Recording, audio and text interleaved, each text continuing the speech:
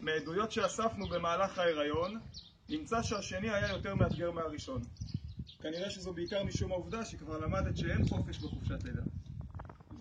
הכל קרה בקצב המנטלי המוכר, לקחת את הזמן באיזי, כאילו יש מחר, וכמובן שכל ניסיון לנחש מתי תבוא, נכשל בימים וגם בשבועות. גם בעניין השם היינו הרחק מאחור, עד שבא התאל והפיץ האור.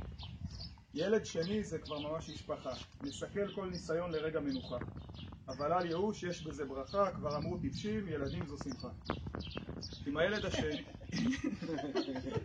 עם הילד השני עושים את אותן הטעויות כמו עם הראשון, למרות שנדמה שכבר רכשנו מספיק ניסיון. הרבה לא השתנה מהפעם הקודמת, זאת לא טכנולוגיה לגדל ילד. צריך הרבה סבלנות ואנרגיה טובה, ואין תרופה לגזים, לא, עדיין לא מצאו לזה תשובה. אז תנצלי כל רגע עם האפרוח, כי לזמן יש רתיעה לברוח, אנחנו נחכה לך גם מחר, אבל לא פה בקיסריה, קומה שנייה ליד קו מערב.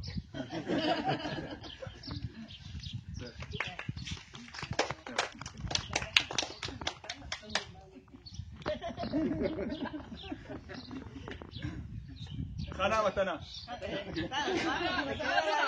זה פולי בן חורין, עובד חברה. רגע, זה הכלב לא שלנו. שלנו? מה זה לא שלנו? לא, מי זה הכלב עם מהסיסטם, אבל זה משהו, זה לא אומר מהסיסטם. מי זה הכלב עם רגע, זה הנהגת הפרסים. זה זה? עם הטאג. כן, זה הכלב עם הטאג. מה זה?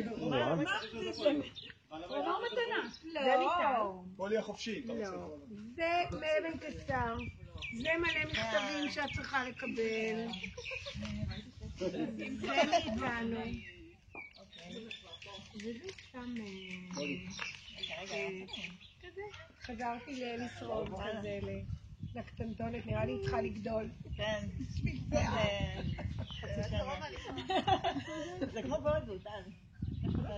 זה בהודו? זה לגמרי ישראל.